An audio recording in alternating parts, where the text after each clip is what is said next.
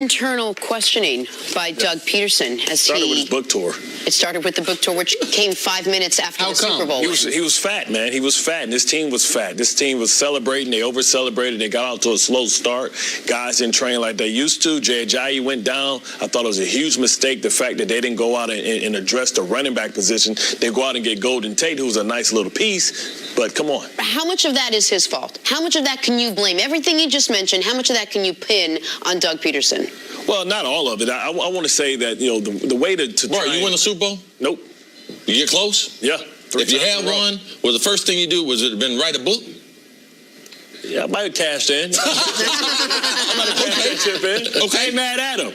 But if you had come back the next year and not been successful, not been to the Pro Bowl, we'd have been looking at you and been like, Bart Scott's part of the problem. Yeah. Right? That's true. That's justified.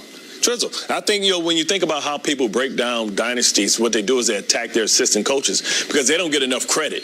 Those are the guys that spend the majority of their time with the coaches coaching on the little things. And when I look at this team, I think they're not doing the little things well. You know, you talk about last year, that defense was buttoned up. Now this defense is giving up huge chunks in the run game, but also giving up big plays down the field. That's a lack of discipline. The fundamentals, the same thing you were doing last year. It's the same calls. You should be more comfortable in them now. The packages should be able to grow, and they have bad eyes. You know, Jalen Mills, Mills and Darby is just... Darby's done for the year. Yeah, he blew out, and that's going to hurt him as well because now the backup to the backup has come in, and that attacks and hurts your special teams. Here's the thing, man.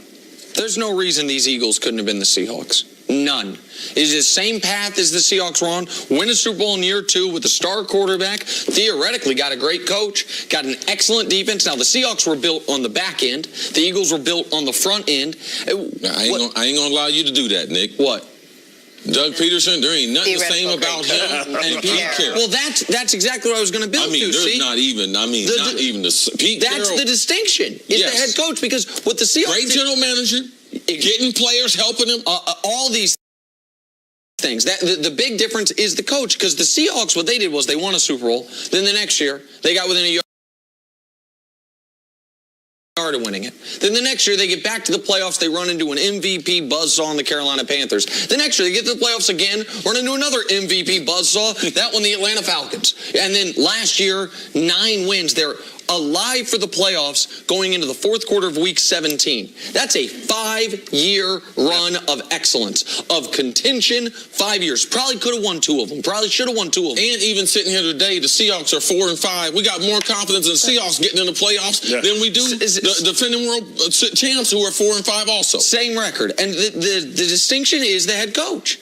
The distinction is what Pete Carroll maybe knew from his first time around in New England, did not make mistakes, what he learned about being a champion in college and how to deal. I don't know what it is, but I do know this, that Doug Pederson has not given us a consistent message week in, week out as far as what he's telling his team. And I can only imagine the message he's been giving the players in the locker room. Every NFL team I've ever been on, the players take their marching orders from the coach. The coach tells us how we're going to address the media. He will tell us, listen, I'm going to tell you guys this. I'm going to tell the media this. So at least we're on the same marching orders, even from a game plan standpoint. This weekend, man, we're going after Brett Favre. We're going to blitz him. We're going zero coverage. We're going to make it tough for him. In the media, I'm going to tell them, we're going to play conservative. We're concerned about this offense. We're concerned about Brett Favre. We got injuries on the back end. So you go through this exchange week in and week out. And I've sat in the locker room many a days. And when you see that coach speaking and he's saying some stuff that we don't know, man, you start losing confidence in the guy, because in the locker room, man, there's 20 televisions on. In the weight room, there's 20 televisions on. And I can guarantee you the Eagles and their leaders are not on the same messaging as Doug Pederson. Doug Pederson told the reporter, oh, well, maybe I should look at myself. You should already have that one answered. I mean, I just don't. Self-doubt when you're on the podium. You shouldn't be wondering what you should do when you're taking almost advice or pointers from the media. Right, because when you look to your coach, you want answers, you know, to the questions that you have. And when he doesn't know the answers, then where do we go from there? And I wonder how much of the brain trust was Frank Wright, was defense.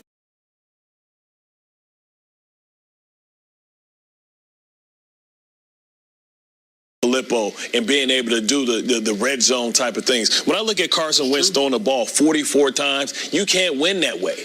And they got beat up. I mean, you talk about a 7-point game. Wentz threw the ball 44 times. That means that they're not being able to effectively run the ball. This offensive line isn't the same. Peters isn't the same player that he was just last year. Bart, you make a great point because they changed their offense totally after Carson Wentz got hurt. That first game, remember, our boy Nick Foles came in there and they were struggling. And then all of a sudden, that's when we saw the high percentage of RPOs. That's when we saw the threat. They started using multiple running backs. And that's when, for that 2-game stretch, all right, that's when they caught fire. NFC Championship, Nick Foles was unbelievable. And in that Super Bowl, he was unbelievable. And I can't have, even if he's just almost rambling, doesn't really know what he's saying, I can't have my head coach questioning how hard he's working. And it's NFL head coach now. Like I was told a long time ago, early in my career, and it's one of the things that stuck with me, you got to figure out which horse you are. Are you the show horse? Are you the money horse? Are you the workhorse? Are you the show horse? Are you the person that we bring in because it's going to be a big, glitzy, glamorous name? Are you the money horse? Are you someone that the sponsors are going to follow that attach money to you? Or are you the workhorse? Are you someone that's always going to bust your ass and no one's going to be able to question how hard you're working? I've obviously decided my only path to anything is to be the workhorse, right? Well, that's not obvious to me, but go ahead. Okay, thank you, see. But for NFL head coaches, all of them got to be the workhorse. Yeah. Nobody's there because of the name, because of the book sales. Everyone's there because you're supposed to be outworking the opponent. Yeah. It's not because the only show horse NFL coach I can think of is John Gruden. And how the hell's that working out?